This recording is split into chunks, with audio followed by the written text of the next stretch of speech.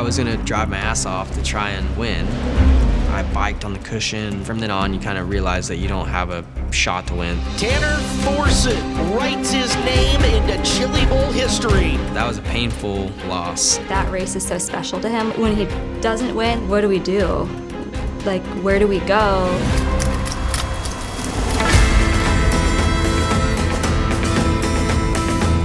The field now moving at a slow rate of speed down the backstretch. The light bulbs are flashing. The drivers ready their pace, and we're racing here in Eldora. When you roll over that hill, it stands for something. The best people in the world come to race there. Everything else stops. That's the race for the weekend. It's just in the middle of nowhere, and you go through these two little small towns, and then you're just going, and all of a sudden here's this huge coliseum that's just, I think, the greatest place on earth. 24 to them. That's the best place to race Eldora Speedway. I top this hill every year and see all these campers get real excited. Never seen anything like this before, and really glad to be a part of it. The best race car drivers in the world are here today. They're not at Darlington or Daytona or NASCAR. They're right here today. Still today, when you roll in there, you just know it's on.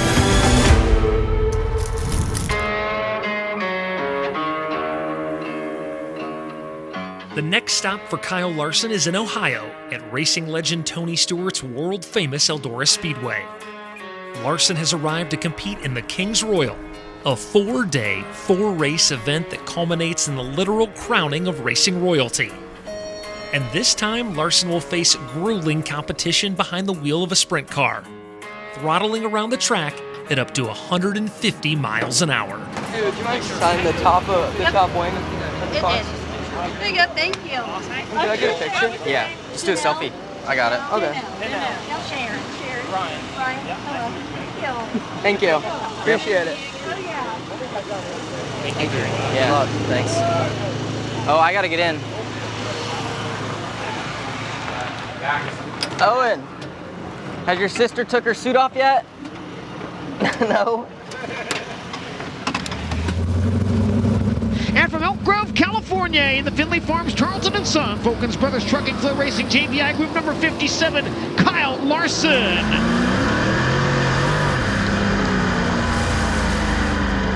Kyle Larson's opening lap time is quick time at a 13.213,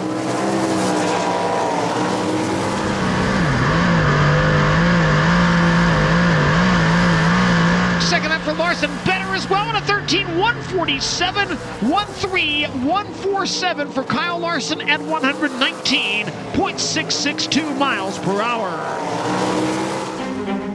I love racing a lot of different types of cars. I mean, I'm up to race really anything. Sprint car is probably my favorite thing that I get to race. It's so fast. Things happen so quickly. You blow the tires off of it, making quick decisions, because runs happen so much faster in a sprint car than it does in anything else. I would say Eldora is the most similar type of place to running the wall at a NASCAR track. There's just always a little more banking kind of right up by the wall, and if you can kind of get in that pocket a little bit, you can just carry a lot more speed from the center to exit.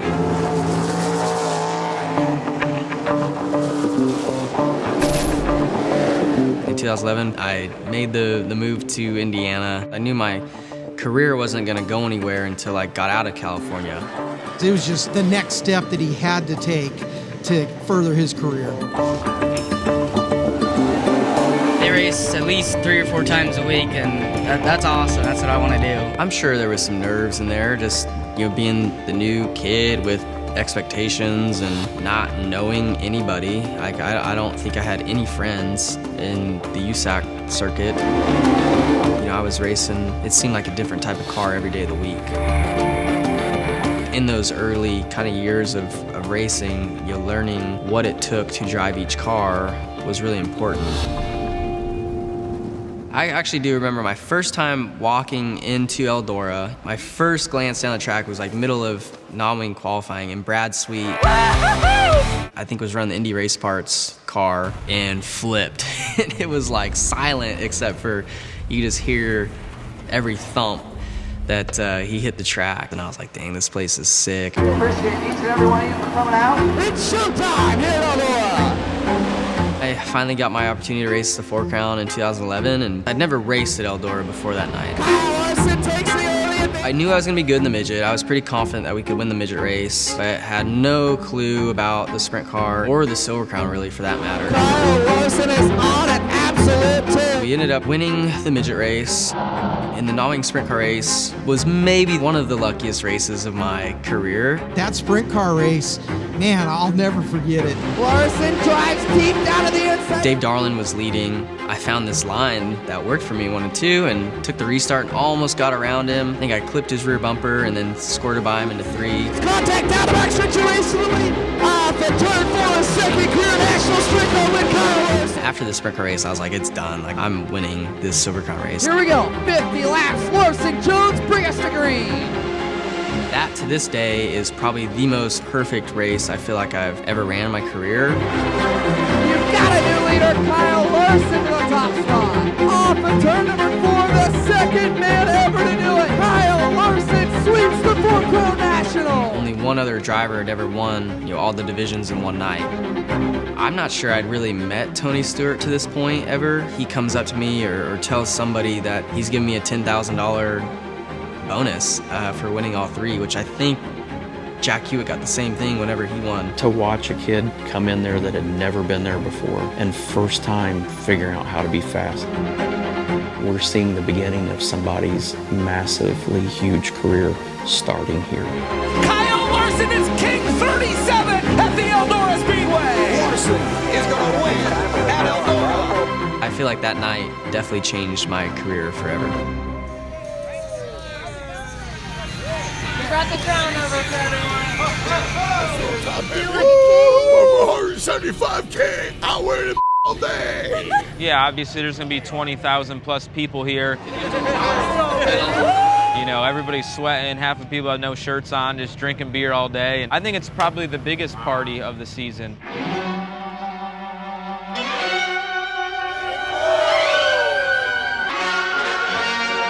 We come to camp and party and the race breaks out.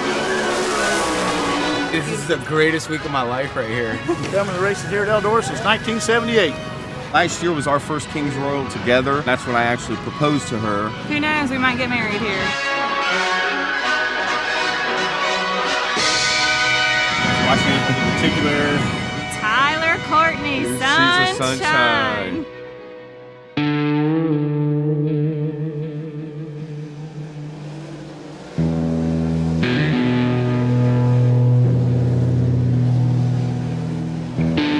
When I first met Sunshine, I didn't even know he was a race car driver. He was just Brian Clausen's crew guy with curly blonde hair. There's not many people that can jump into any type of car and be competitive and win big races, and yeah, he's one of the best race car drivers for sure. We move now to the Microlight Last Chance Showdown. 18 cars, 12 times around. Top 4 move into the feature, starting in positions 21 through 24 in the Joker's Wild.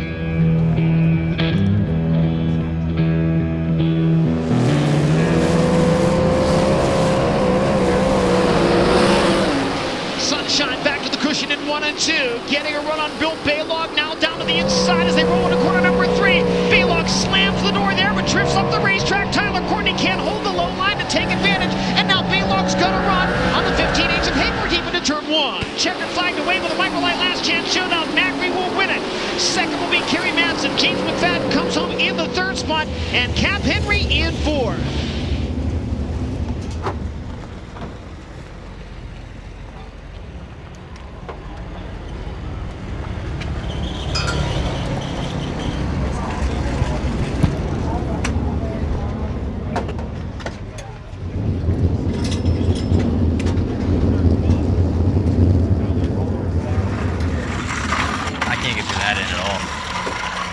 It just goes on the left rear and starts driving to the fence. It goes here and just starts shoving that way. This end I'm okay. That end I just can't do anything. Yeah, it's pretty dumb. You take 5 or 4? 5. I mean, like, you hold away from them. It doesn't mean anything. I missed the show.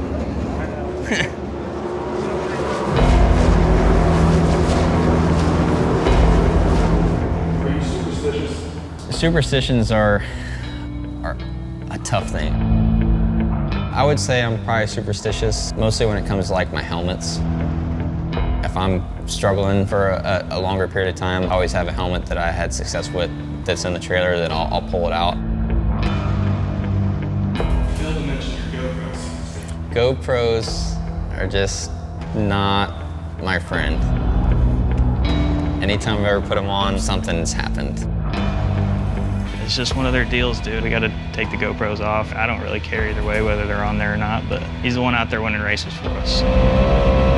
Even something out of my control happens. For some reason in my head, GoPros are the reason that it happened. I think it's a good excuse once you're done racing, and we all have those kind of superstitions. He's not the only one in the pit. I always do my right glove on first. Right side of my Hans goes on to my left side. There's certain steps that I do that are all the same every time. Where did that come from? I don't know. Gas pedal's on the right, so I just do right stuff first. Man, it's got to be freaking tiring to be that superstitious and have to worry about what socks you're putting on that day. You control the things you control. If I can control not having a GoPro on my car, I tend to not have them. It's just in my head now. It's so deeply in my head that I don't know if it'll ever work.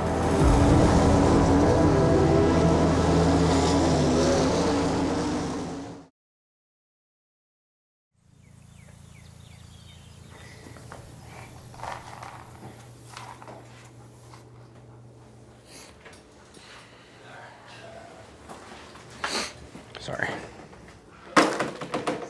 Yeah, I was wondering what he would think about the... Oh, sorry. Walter, you're okay.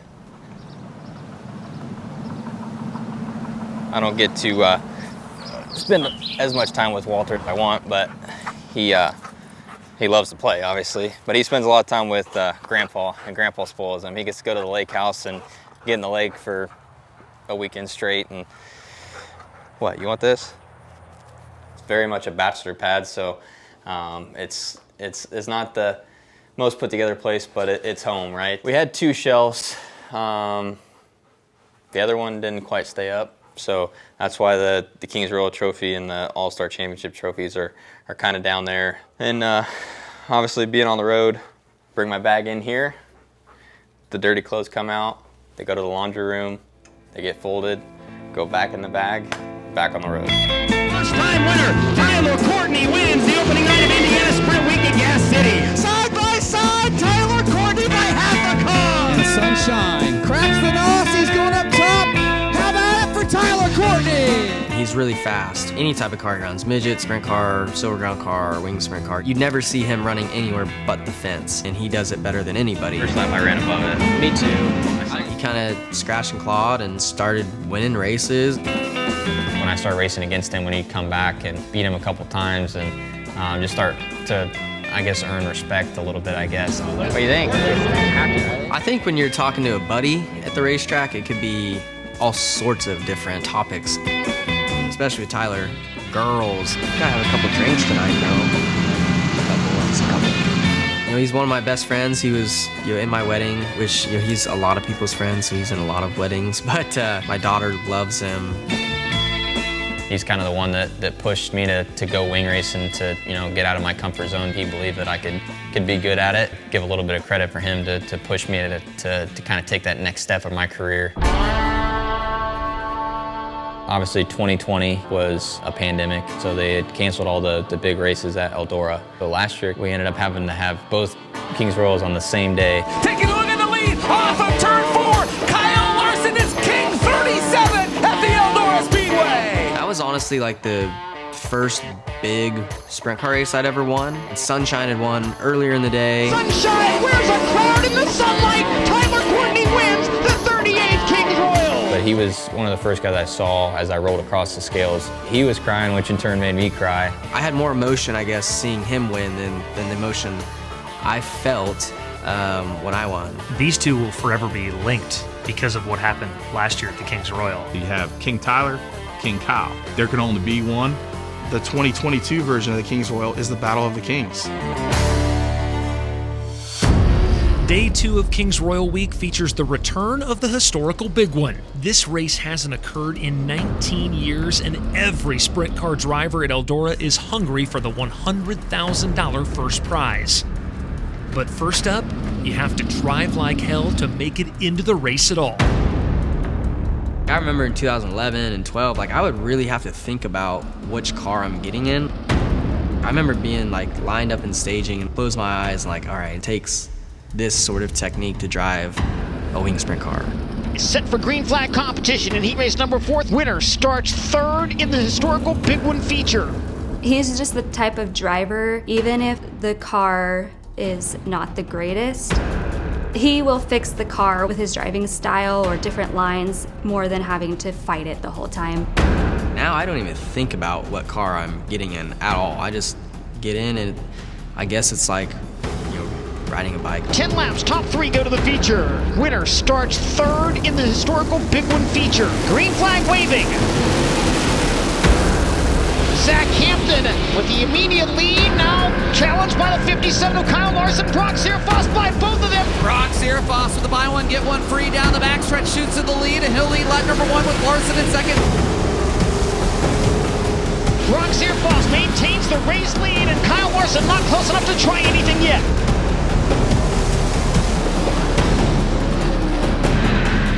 Time starting to run out with 2 laps to go. Searfoss will bring us to the white flag. 1 to go off of turn number 4. Oh, trouble! Car spinning. It is the 40-11 Finn, and Aaron Reitzel with no place to go gets into him and upside down.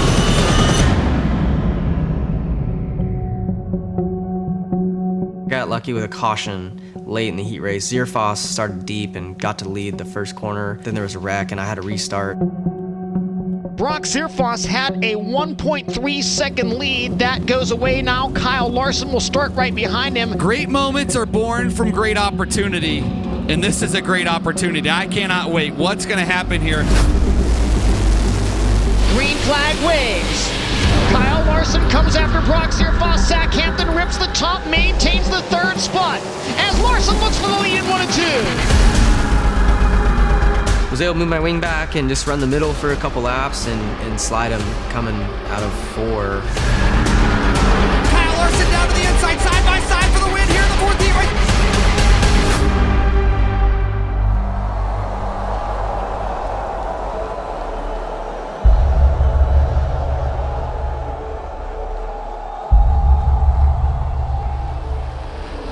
Larson slides in front. What a heat race finish. Kyle Larson getting the win in the last corner in car number 57. And that was the difference, I think, of me starting 3rd or 10th.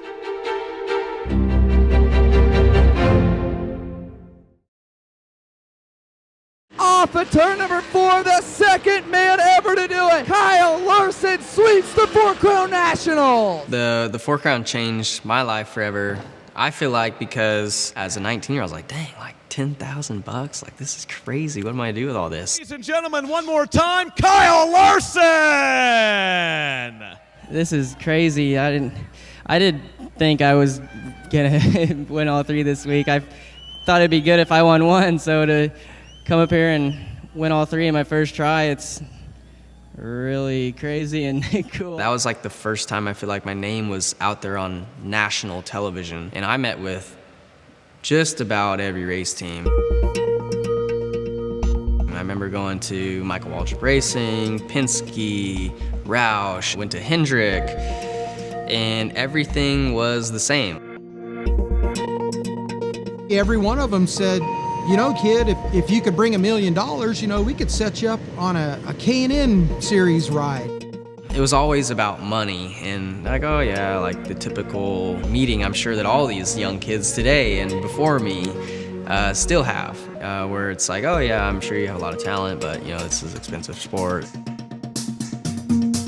So I remember just being like very disappointed in the way the trip was going, and each stop was getting just like more sad and more sad. He came out of there just disillusioned. Maybe I'm not gonna make it. You know, maybe this is all about money and that my talent won't get me there.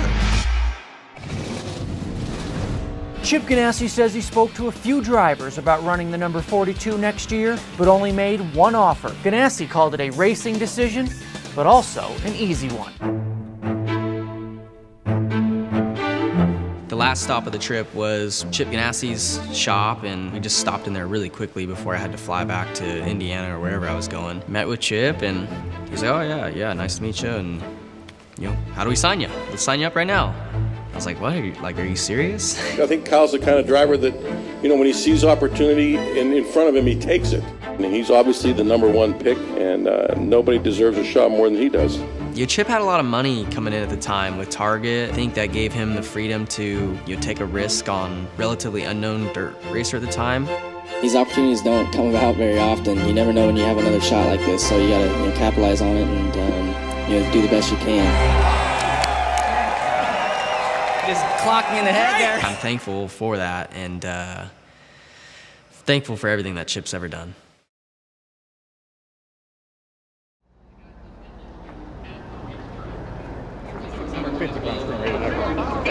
What's up? He says he's crashing you next week. He says he's crashing you next week. I don't care, because after that, we got all winter to fix him, so. Yeah. Like, here was a lot of fun. The year I won, I don't know if it rained or something, but the track had grip. You could run sideways, run the cushion. Bristol this year was fun because it rained. Outside of turn number 2.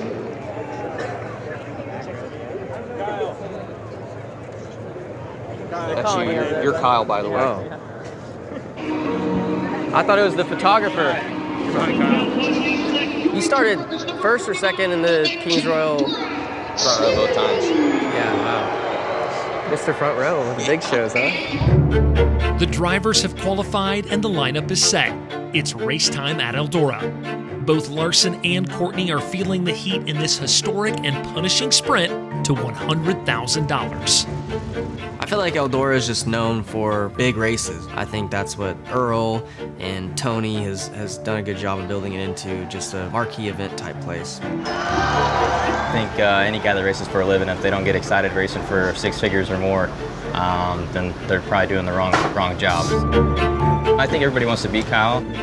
A lot of people try to complain that he shows up and takes our money or whatever. It just makes you take yourself to that next step to want to beat him. And trust me, I want to beat him every time he shows up.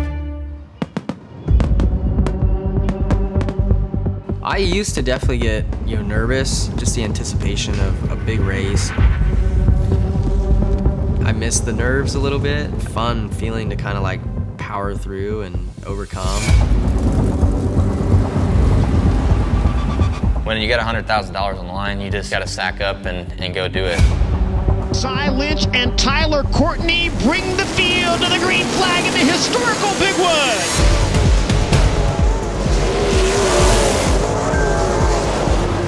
Sunshine leads down the back straightaway, Kerry Madsen to the inside of Kyle Larson, racing for the 3rd spot. Tyler, I feel like, is a level up of riskiness compared to me there. I just try to be the first guy up on the fence and let it all hang out. He was leading, I was running second. I was chasing him down. Sunshine to the inside, goes 3 wide in traffic. I felt really good about my car, and then the red came out, and then I got the flat. Red flag conditions on the speedway. And Kyle Larson into the work area. This changes everything. Flat right rear tire on the number 57. What a change of events. Tire going back on. They had watered the track before the feature, so it was super dusty and dirty. And when I went to the back of the pack, it was just so hard to go forward because the track was so dirty and you couldn't get grip anywhere. When you see him go to the work area and he's gonna have to come from the back, it does take a little bit of weight off your shoulders when you know you're not gonna have to deal with him pestering you for a lot of the race, right? My car was just not as good with the spare wheel. I was lacking grip, but once the track cleaned off, I got going okay. It's just too late. Now Brad Sweet to the inside of the Madman for the third spot. Trouble above the backstretch. Craig Kids are upside down. We're 8 laps since. The drivers have a good idea of what they're working with on their car. What crews can make the right swings on the car to make big changes, as we still got a lot of racing left here at the historical Big One. Those races, you try to run hard, but also be in control at the same time, not overdriving it. You just try to get through the 40 laps as quick as you can, and hopefully you're still the guy that's out front. Underway once again with the historical Big One. Tyler Courtney out in front in the 7BC. Rico Abreu not letting Tyler Courtney run away from him. Look at the run Abreu gets off the high side of turn number 2. Yeah, me and Rico, we definitely had a heck of a battle there.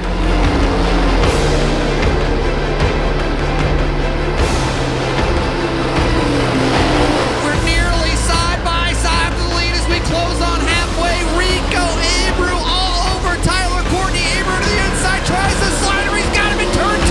Abreu to the lead. When Rico passed through the middle, I just started plugging it in on the fence and was able to get back by him after we slid each other for, and it felt like forever, but got by him, got to ripping good again, and then Brent kind of come in the picture. Here comes Marks looking for the lead out of turn 4. Brent Marks, your new historical Big One leader. He knew that if he could clear me off the wall, then once he got up in front of me, he could just kind of take my air and line away. Brent Marks moves up to protect that high line. Courtney turns it back underneath him, looking for the lead once again. Brent Marks still has it.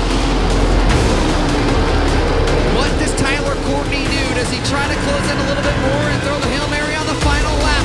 White flag flying, 1 lap and $100,000 on the line. They race into 3 and 4 for the final time.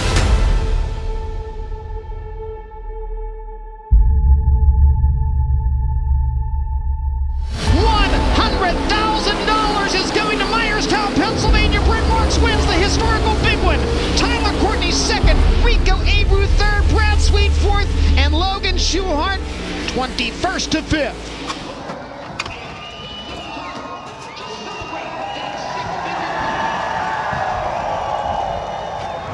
I started slipping when I got like where I was gonna slide in front of him, and I was just gonna smash the fence.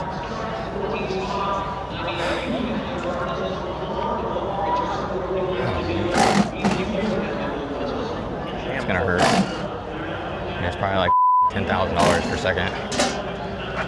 Damn.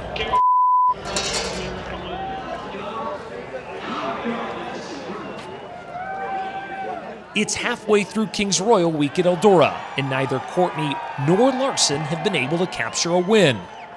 They can't afford to let these losses linger, as there's still 2 more races to fight for the crown.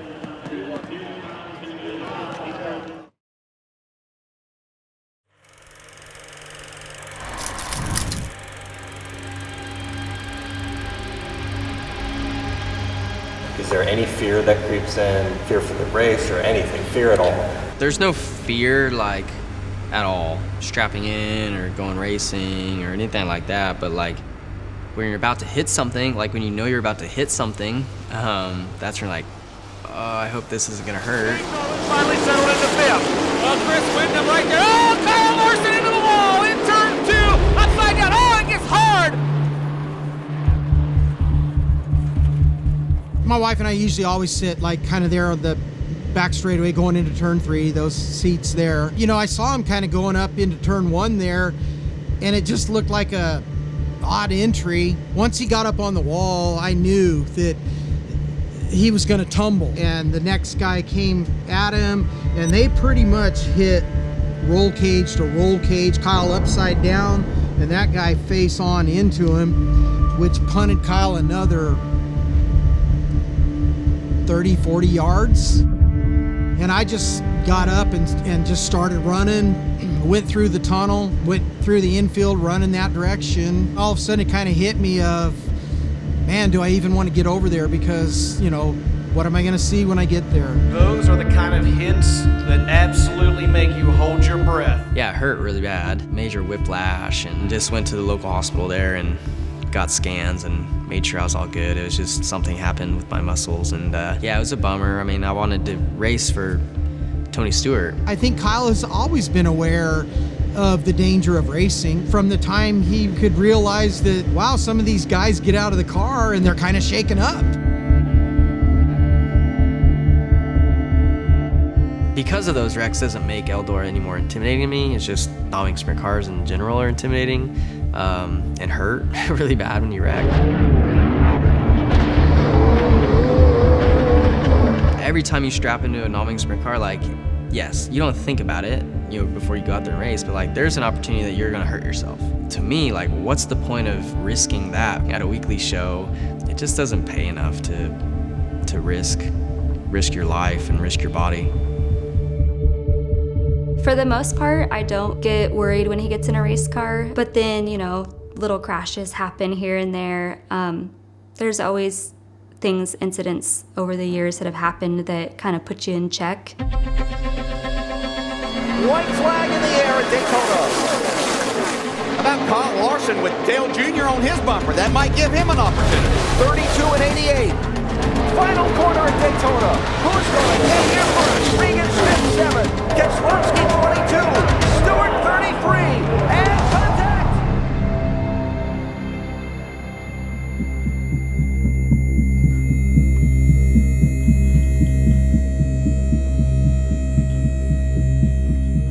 That incident starts to happen, you know, and I'm kind of following Kyle, and I can see, you know, that, you know, he's the one into the fence, and, you know, and I can tell the car comes off the fence. There's no engine in it. My wife, you know, she looks at me and who was that? And I just pointed, I said, that's your son. His engine is in the grandstand. I go, we need to get down there. I don't know if you can get in and look at like this angle, but you can see like all my leg boards and stuff are like folded down into where my feet would be. Like I hit and landed and he was sliding, and I seen some like flames coming up through the drivetrain area. I just remember it getting like quiet.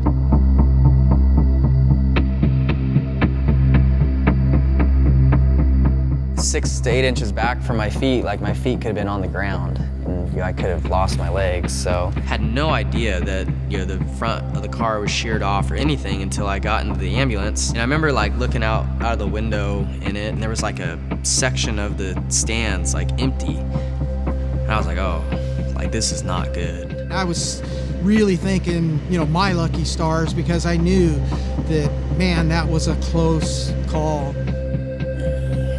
I haven't gained any weight since 2013, so I should fit in the seat.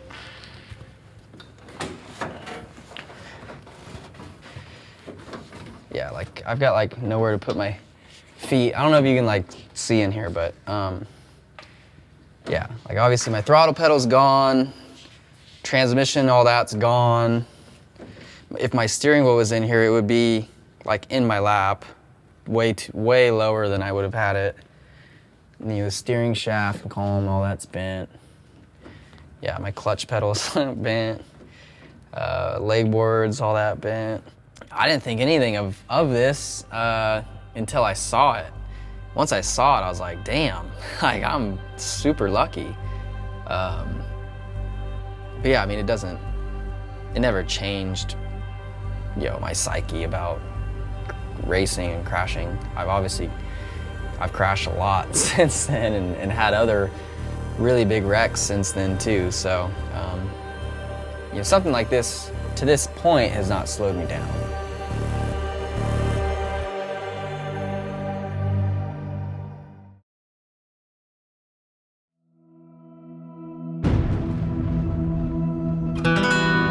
Next in Kings Royal Week is the night before. The final race before the Kings Royal itself, and the last opportunity for Larson and Courtney to test their mettle against the toughest competition in sprint car racing. Tonight, both drivers have something to prove, but impending storms may threaten their chances. Tyler Courtney has put his second-place finish in the historical Big One behind him, and and now has to focus on qualifying for the night before. Next car to hit the racetrack from Indianapolis, Indiana. 7BC of Sunshine, Tyler Courtney.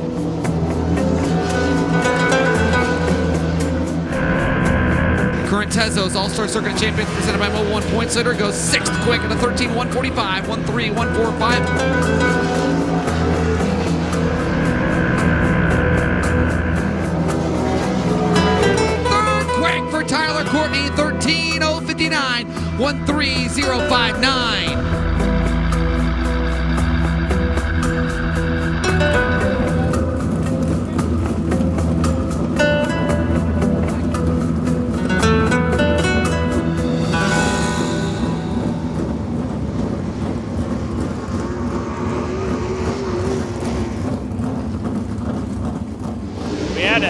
I think we had probably one of the best first laps. It was a 1-0, I think.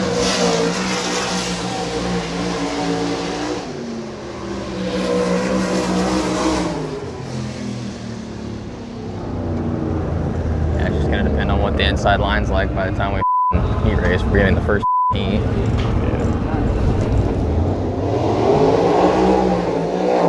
Where'd you get the nickname Sunshine? Brian Clausen. He actually is the one that coined the name Sunshine. So I haven't always had short hair like this. I used to have long, blonde, curly hair, and between my personality and hair and smile and all that kind of stuff, Brian started calling me Sunshine, and the crew guys started calling me Sunshine. I still think there's people to this day that don't know I have an actual name, which is Tyler Courtney. To have that story, link back with Brian and have that connection to him is something that, I'll get to cherish the rest of my life.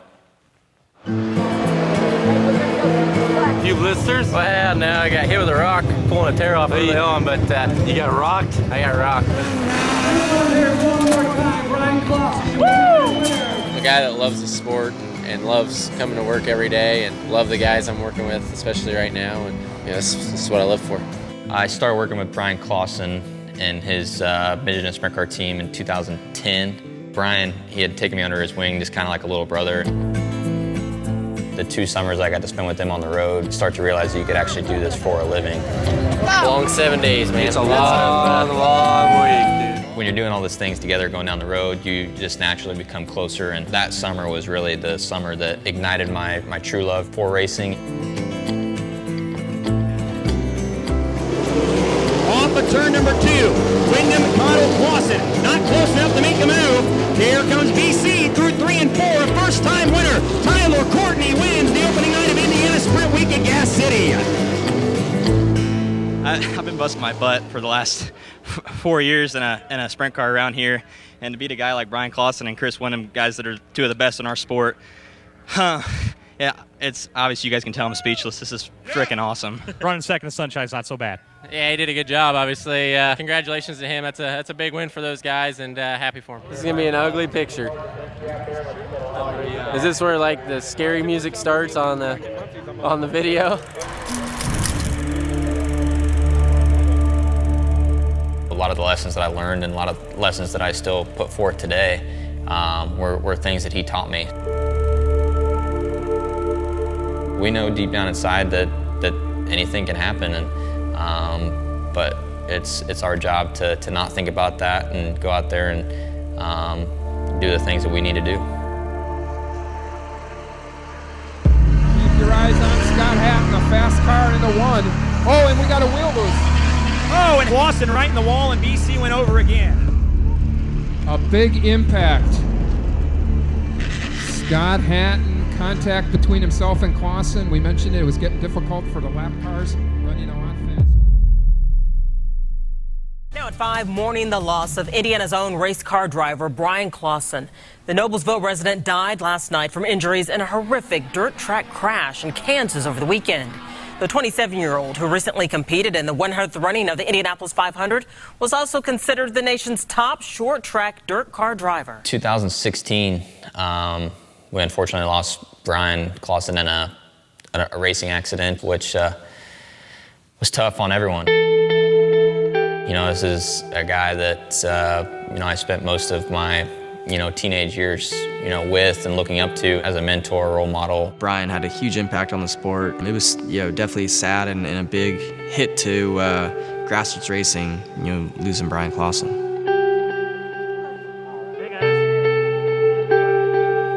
Sadly, it's not a blur at all.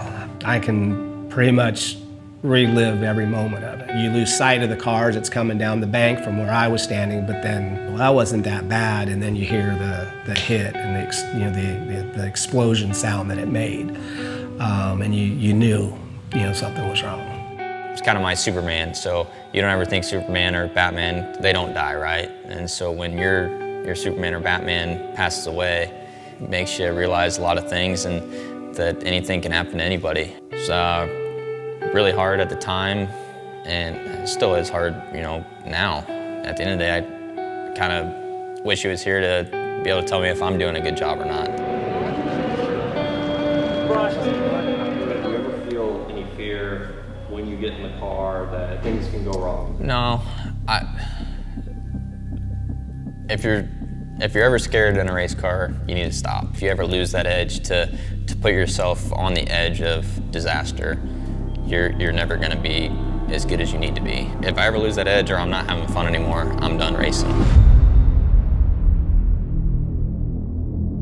So the lineup's being tabulated now. They'll be sent down to the pit area. Opening ceremonies will come up in just a few moments here. Again, we are going to rush through things just as quickly as we can. We do have more rain in the area.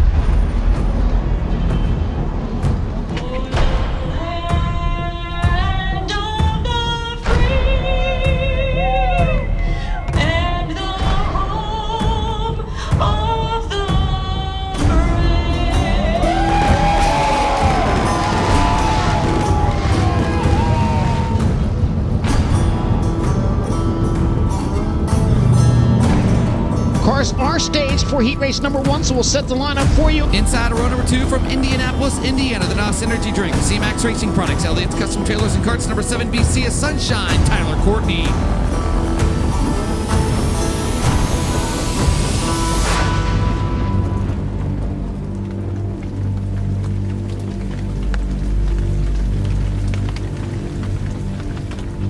Race fans, may we have your attention, please? Your attention, please, race fans. The remainder of tonight's Night Before the Kings Royal program has been postponed due to the rain. We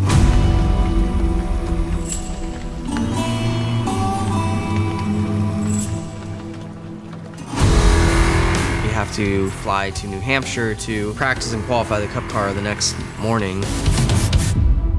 Starting a little bit early, impending weather a little bit later on, so we're going to get things underway here. Boy, gonna make it? He's gonna be close. I don't think I'm gonna make it back in time. What happened in 2020? Kyle Larson is suspended indefinitely. Obviously embarrassed with the mistake that I made and lost everything in NASCAR that I'd worked so hard for. This is probably the turning point.